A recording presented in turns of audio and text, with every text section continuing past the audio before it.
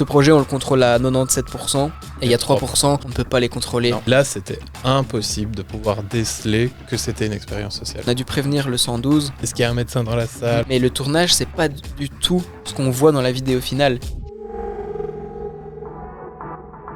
Après plusieurs mois à garder le silence, je te raconte comment on a réalisé 2 caméras cachées pour la Croix-Rouge de Belgique. Cette année, la Croix-Rouge nous a contactés pour réaliser leur dernière campagne de sensibilisation aux gestes de premier secours qui vient de sortir. Dans ce format, on t'explique les coulisses de ce gros projet, en allant de comment on prépare une caméra cachée, à comment on cache des caméras dans un restaurant, en passant par comment on coordonne 15 personnes sur un plateau de tournage. Pour la suite, ça se passe dans le canapé. Alors Adrien, qu'est-ce qu'on fait aujourd'hui? Aujourd'hui, on fait les préparatifs pour un projet un peu particulier. Donc, on organise avec Croix-Rouge une caméra cachée. C'est un peu comique parce que on nous contacte pour donc une caméra cachée. Nous, on n'en a jamais fait. Exact. Filmer avec des caméras, oui. Être visible, oui. Être caché, quasiment jamais, quoi. On se rend aussi vite compte que le terme caméra cachée est très péjoratif avec tous les mots qui y sont liés, du genre piégé, etc. Donc on transforme vite ce terme pour ne pas être choquant, parce qu'en fait, une caméra cachée, comme tout le monde l'entend, c'est une caméra cachée de François Damiens, c'est ça, de Greg Guillotin, etc. Et nous, c'est pas notre but. Notre but, c'est de sensibiliser. Donc on transforme très vite ce terme en expérience sociale. Je tiens sincèrement à ce qu'on n'utilise pas le mot piège, ni piégé, ni caméra cachée. On participe à une expérience sociale, et c'est pas des piégés, c'est des acteurs ou c'est des spectateurs de l'expérience sociale. Étant donné que c'est la première fois qu'ils réalisaient aussi une caméra cachée, que nous aussi, et on les avait prévenus, il y a eu beaucoup d'apprentissage sur le terrain qui ont eu une répercussion à très court terme. On avançait sur une idée, on se rendait compte qu'il y a un truc qui pouvait brusquer ou quoi, hop, on le changeait, on replanifiait ça avec Croix-Rouge et on avançait dessus à chaque fois. Ouais. Du coup, c'était super formateur d'expérimenter ce type de contenu qu'on ne connaissait pas, quoi. Pour moi, il y avait 2 enjeux dans ce projet. Il y avait la finalité, donc il faut que les vidéos soient cool, que ça dégage la vibe qu'on veut dégager avec le client, que ça dégage les valeurs qui sont mises en place pour le projet.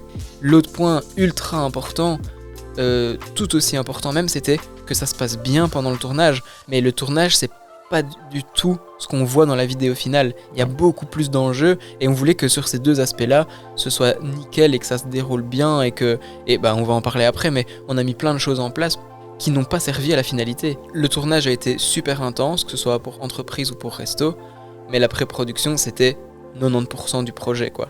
Première caméra cachée qui doit se passer en entreprise. On organise un faux atelier et pendant un bref tour de présentation, la conférencière s'évanouit. Ce qui nous intéresse, récolter la réaction des piégés et surtout leur témoignage à chaud. Finalement, on décide de partir avec IDEA pour la prod entreprise. Et alors, ce qui est trop cool, c'est qu'on connaît les salles de réunion. On va prendre des gens de base qui ne sont pas prêts à être filmés pour être diffusés. On va les filmer à leur insu, ouais, et puis on va devoir leur demander s'ils sont OK d'apparaître. On fait une conférence, une expérience sociale, ça peut bien se passer comme ça peut mal se passer. Donc nous, on met très vite aussi en place le fait qu'on ne va pas en filmer une, mais on va en filmer plusieurs. C'est ça. Finalement, je crois qu'on arrive à 5, 4. On arrive à 4. Nous, il faut une conférencière et qui va pouvoir jouer de manière crédible le fait d'avoir un malaise. Habituellement, quand on bosse avec des comédiens, ils reçoivent un script, ils savent à l'avance ce qu'il faut dire, et c'est pas du one-shot, il n'y a pas de part à l'improvisation. Ici, il fallait qu'on ait un profil qui puisse improviser. À partir du moment où Diane, c'était Diane du coup, notre comédienne, s'évanouissait, 1 minute grand maximum après, on intervenait, on débriefait, on expliquait à quoi il venait d'assister, quoi. L'équipe au sens très large du terme, on en parlait de Diane. Il y avait forcément des gens de la Croix-Rouge de Belgique qui étaient là, c'est-à-dire Manon avec qui on a monté le projet, c'était un peu notre personne de référence, de contact. Et c'est à 3 qu'on a créé vraiment, qu'on a réalisé et produit ce projet. Elle a été d'une aide folle sur toutes les étapes, et on est super content d'avoir collaboré avec elle. On avait Carole aussi, on avait Christophe et on avait Sarah qui participait aussi au cœur de l'action, qui faisait partie de la Croix-Rouge, une personne du SISU. Et après de l'équipe technique, on avait Raph qui était notre cadreur, toi qui étais également au cadre et moi qui étais en régie. et qui faisait un peu plus la réal du projet, même si on peut pas vraiment appeler ça de la réal comme on fait d'habitude. Non, mais c'est de la coordination, c'est sûr et certain, et tu nous donnais des indications. Et alors forcément, des personnes d'IDEA qui étaient complices et qui ont participé avec nous à la journée, aussi pour aller rassurer les équipes d'IDEA après l'expérience. Et voilà. Pourquoi autant de personnes sont présentes ce jour-là ? Alors pour nous, ça c'était un point primordial, voire très important, c'était d'avoir plus de complices que de piégés, ou au moins à l'équivalence, quoi, pour pouvoir continuer à être sûr de la sécurité de notre actrice, en fait. On s'est très vite rendu compte dans l'étape de réflexion que à partir du moment où tu as plus de complices que tu as de piégés, il y a la possibilité d'englober la situation et c'est beaucoup plus gérable si ça dérape. D'ailleurs, super important, et merci à Carole de s'en être occupée. On a dû prévenir le 112 qu'il y avait un exercice qui allait se passer ce jour-là. Et donc, pour pas qu'il y ait quelqu'un qui appelle le 112. Et qu'on envoie vraiment, qu'on mobilise des gens, alors qu'en fait, c'est une expérience sociale, c'est ça. Nous voilà la veille du tournage. Là, maintenant, c'est la mise en place de tout ce qui peut faire en sorte que on puisse avoir des angles de vue, des micros cachés, etc. Enfin, vraiment avoir tout ce qui va nous permettre de créer la vidéo. Parce que là, ok, on a une actrice et des gens qui vont participer, mais maintenant, il faut capturer tout ça. Du coup, nous là, dans la salle de réunion, donc on avait mobilisé 2 salles de réunion, une pour la régie qui était accolée à la salle où allait se passer l'expérience. Écoute, au niveau de la régie, on est vachement bon là. Je peux t'expliquer un peu. Premièrement, on a la table de mix qui reprend les 3 micros qui sont dans la pièce d'à côté, donc la pièce où l'expérience se passe, à savoir qu'on a un Harmonic en micro-cravate, un HoloLens pour le son ambiant et un DJI également pour le son ambiant en backup. Et puis quand on passe sur la partie vidéo, tu peux voir, j'ai un peu mon écran de pilotage ici. J'ai notre première caméra de ciné, notre deuxième caméra de ciné, et là on a les 2 caméras de surveillance que je pilote aussi depuis les 2 iPads. Et donc la salle de l'expérience. Du coup, dans la zone de jeu, on va dire, donc on aura notre actrice qui va se situer ici. On aura les personnes qui participent à l'expérience sociale qui vont se situer de chaque part de cette table. Notre complice de chez Croix-Rouge, Christophe, qui sera ici en bout de table. Nos 2 cadreurs, donc Raph et moi de ce côté-là, qui permettent de filmer en croisé les réactions des gens qui sont situés de chaque part de cet arrangement de table. On place tout d'abord, dans un premier temps, des caméras de surveillance. Alors oui, on peut placer des caméras de surveillance et faire pendre un câble, etc. Mais ça n'a aucune crédibilité de se dire c'est des gens qui d'habitude voient ce local, donc ont l'habitude de ce local, donc on peut pas placer une caméra de surveillance avec en plein milieu et voilà, et faire genre. Donc il fallait installer ça presque de manière professionnelle, propre, etc. Comme si ces caméras de surveillance avaient été installées ad vitam aeternam, quoi. Je continue sur les caméras. Les caméras, elles avaient besoin de Wi-Fi. Dans cette salle-là, il n'y a pas de Wi-Fi propriétaire. Donc on a dû recréer un Wi-Fi en partant d'une borne externe pour pouvoir récupérer le flux des caméras et pouvoir l'enregistrer depuis nos iPads. On avait aussi besoin d'avoir des angles plus proches de l'action, etc. Et on avait décidé de planquer des micro-caméras qui étaient nos crash cam, on allait dire. Donc on n'avait aucune vue pendant le piège sur ces caméras-là. C'était les seules caméras où on n'avait pas de retour. On les allume, on les place et surprise. Et advienne que pourra, quoi. Et donc on en a caché une dans un gobelet et une dans un bouton d'une veste qu'on avait accroché au porte-manteau dans la salle. Donc c'est vraiment les caméras espions comme on les imagine dans les films, quoi. De fou, c'est trop cool de travailler avec ça. On a même une super réaction via le bouton de ta veste à un moment. C'était assez chouette. Les dernières caméras qu'il y avait à placer dans l'environnement, c'était nos caméras ciné, nos FX3, 30, etc. Mais alors là, forcément, on est dans une salle de réunion, planquer des caméras comme ça avec des cadreurs. Impossible de cacher une caméra sur trépied et un cadreur derrière. Et alors on décide de prendre le parti de se dire les caméras, ce sera des caméramans qui seront visibles. Du coup, les piéger en rentrant dans la salle, forcément à chaque fois on voyait que la réaction c'était un peu de se dire tiens, pourquoi il y a 2 caméramans dans le fond alors qu'on va suivre un atelier. Mais très vite, Diane désamorçait et leur expliquait vous en faites pas, nous on fait souvent ça, on filme la conférence, c'est pour de l'interne. Et alors là, toi, pour le coup, en régie, tu récupérais le flux des 2 caméras de surveillance et des 2 caméras ciné qui étaient dans la salle. C'est ça. Donc ça, c'était top. Et on avait une dernière petite caméra, Sarah, qui était la stagiaire de notre actrice, avait un téléphone avec elle et filmait pour faire des stories pour Instagram. Et donc voilà, niveau image, c'est ce qu'on avait. Après, qui dit audiovisuel dit audio, donc on a besoin aussi de capter le son de tout ça. Alors de manière très simple, la première chose qu'on a fait, c'est planquer un micro-cravate sous la tenue de Diane pour avoir directement sa voix, etc. Mais on voulait aussi avoir des sons d'ambiance. On avait un micro chacun sur notre caméra, des micro-canons, et on avait aussi des tout petits micros. Au Leland, ils ont sorti des petits micro-cravates vraiment de la taille aussi d'un bouton, comme ça. Ils sont aimantés, on a pu les planquer en dessous des tables, sous les bureaux. Et donc de récupérer aussi un son plus proche des différents participants à la caméra cachée, quoi. C'est le jour J. Aujourd'hui, premier tournage sur 2 pour Croix-Rouge pour le projet Gestes Premiers Secours, donc expérience sociale. Ici on fait la première en entreprise. On aura la suivante qui arrive la semaine prochaine. Un peu stressé, ouais. La journée de tournage qui n'a plus qu'à se passer. Donc, gros stress. Hein. Ouais, gros stress. Petite nuit. Petite nuit, gros stress.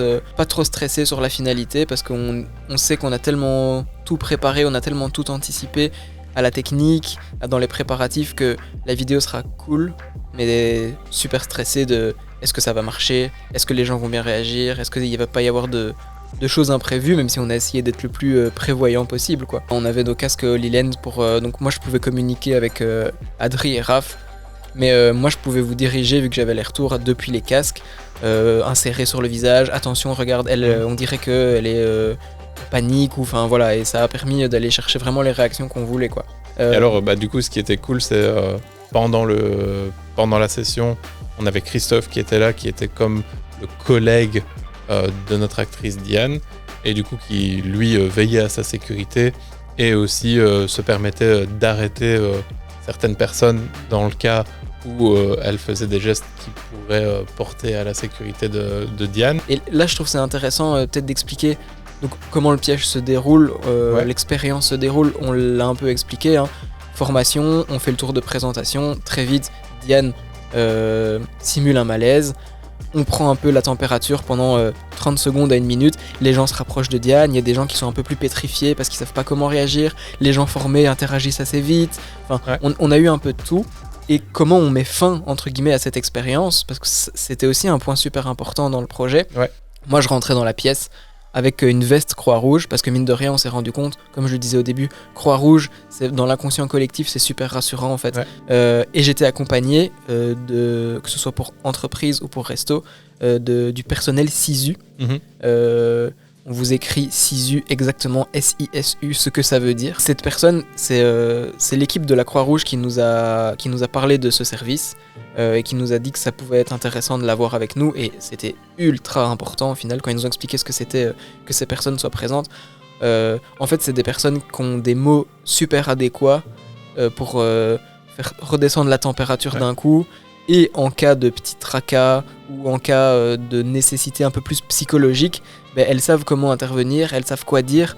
Parce que nous, on a beau préparer au mieux le projet, on a beau essayer d'avoir toutes les casquettes possibles et inimaginables, que ce soit la technique, la pré-prod, les préparatifs, c'est pas notre métier de sauver des vies.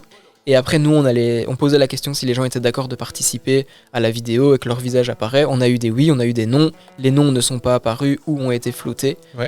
Et les personnes qui étaient d'accord, on leur faisait un petit débrief, une petite interview à chaud, un peu micro-trottoir comme on l'appelait, au sein de la même salle, justement pour que ces gens témoignent en fait simplement.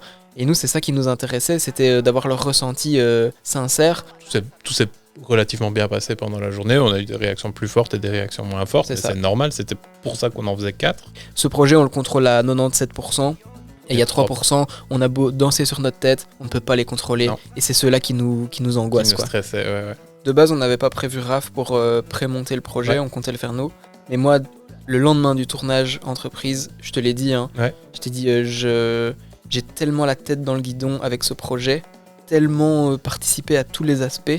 Je sais pas comment commencer ce montage. Je sais pas par quel axe l'entamer. Je pense qu'on a besoin de quelqu'un qui a beaucoup plus de recul sur le projet et qui est moins dedans dans l'opérationnel. Et Raph, en un temps record, c'est ça, nous a fait un pré-montage qui nous a servi de fou. Ouais. On a eu d'office des ajustements à faire, on a eu tout l'habillage graphique à mettre en place, tout l'habillage sonore, on a changé des discours, mais entre guillemets, il a créé la dynamique de base. On cherchait, qu'on n'arrivait pas à trouver à cause de la tête dans le guidon, comme tu le dis. Et vous l'avez peut-être remarqué, les plus perspicaces l'auront remarqué. Depuis le début, on explique qu'il y avait 2 cadreurs dans la salle de réunion et Sarah qui était à l'iPhone. Dans la prod finale, on vous voit pas. Et on s'en cache pas, on vous a supprimé en post-production, on vous a effacé de la salle.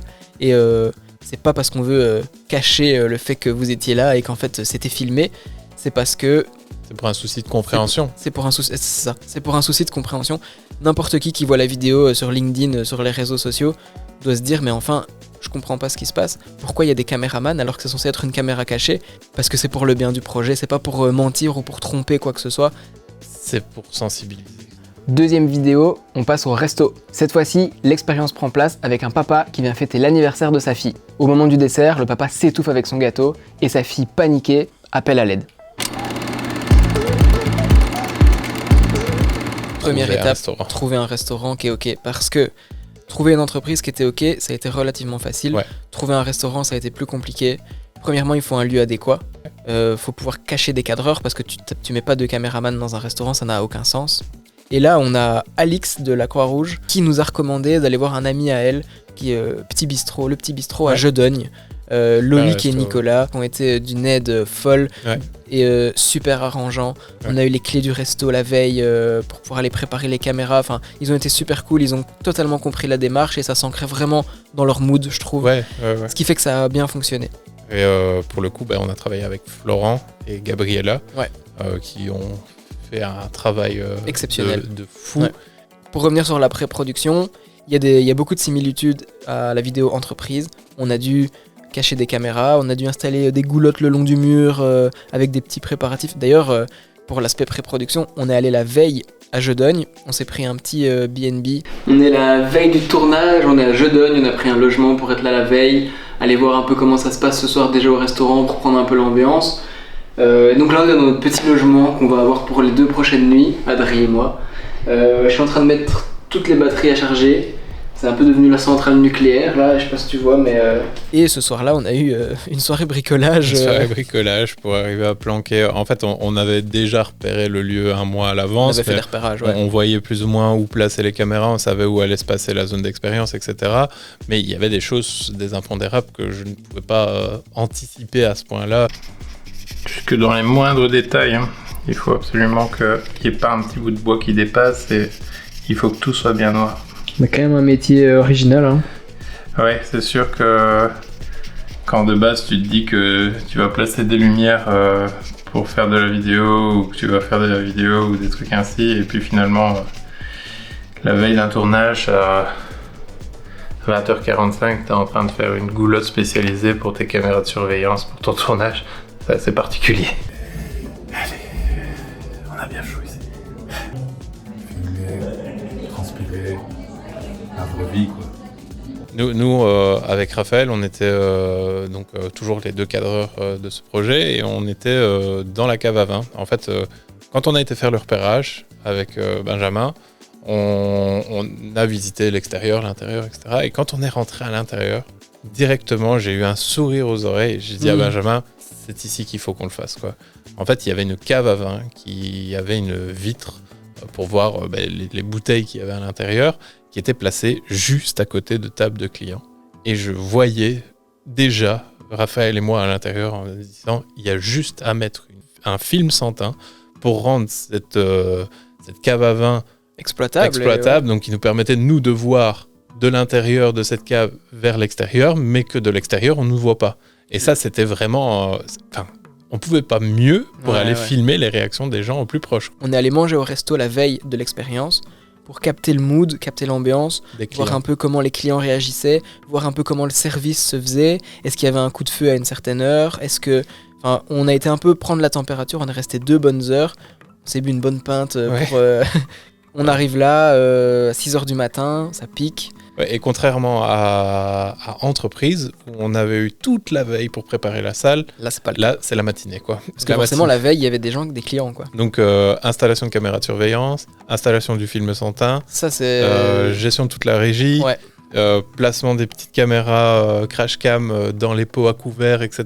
pour que ça filme certains angles, etc. Au final, micro dans une boîte planquée devant. Ouais, c'est ça. La première caméra cachée de midi, elle a duré 45 minutes et l'action s'est passée les 5 dernières minutes, quoi. Ouais. Celle du soir, 1h45. Encore une fois avec les 5 dernières minutes où le gâteau arrive, l'étouffement alimentaire, etc. Le service du soir, à un moment, on demande à Florent par SMS si tu peux demander à la table de piégés qu'ils vous prennent en photo parce que c'est la nif de toi et ta fille pour créer une attache émotionnelle.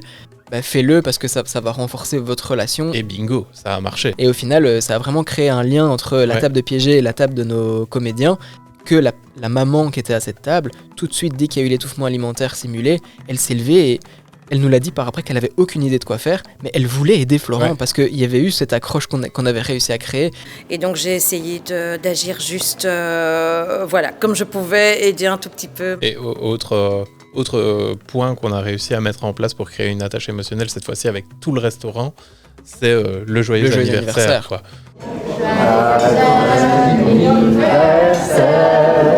Joyeux anniversaire, Gabriella.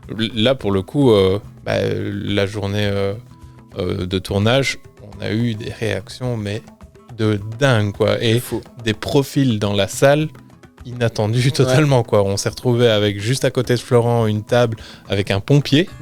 On s'est retrouvé avec une table d'infirmiers qui était tout au bout du restaurant, dont une dame qui nous a traversé le restaurant pour venir en aide.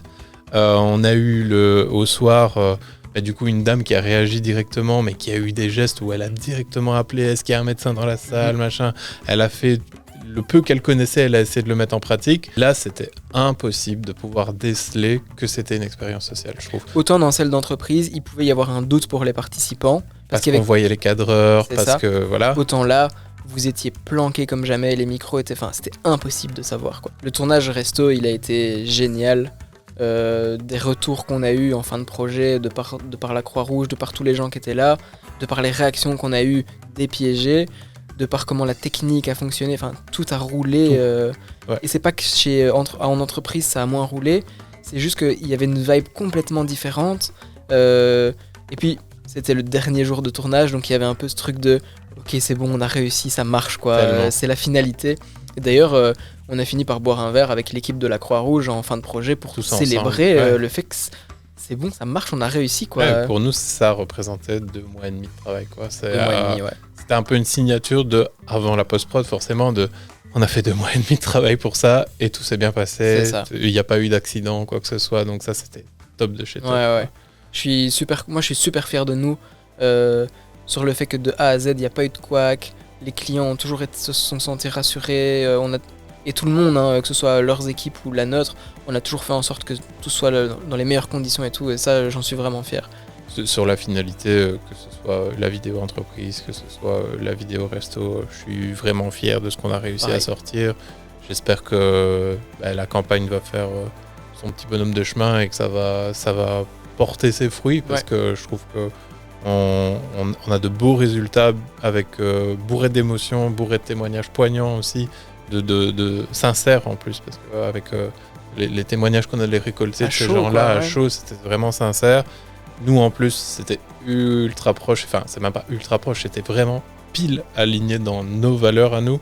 La transparence, le partage, tout ça, c'est l'entraide, etc. C'est vraiment des choses c'est pas du bullshit, c'est vraiment des trucs auxquels on croit et qui sont importantes pour Story Club en tant que tel, quoi.